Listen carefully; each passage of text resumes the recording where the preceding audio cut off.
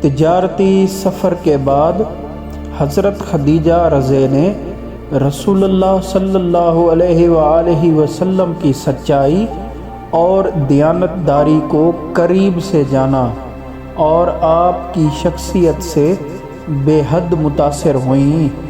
حضرت خدیجہ رضی نے اپنی سہیلی نفیسہ بنت منیہ کے ذریعے نبی صلی اللہ علیہ وآلہ وسلم کو نکاح کا پیغام بھیجا۔ رسول اللہ صلی اللہ علیہ وآلہ وسلم نے حضرت خدیجہ رضی کے نکاح کے پیغام کو خوشی سے قبول فرمایا۔ مکہ کے معزز سرداروں کی موجودگی میں نکاح کی تقریب سادگی سے منعقد ہوئی۔ اس وقت آپ صلی اللہ علیہ وآلہ وسلم کی عمر 25 سال اور حضرت خدیجہ رضی کی عمر 40 سال تھی۔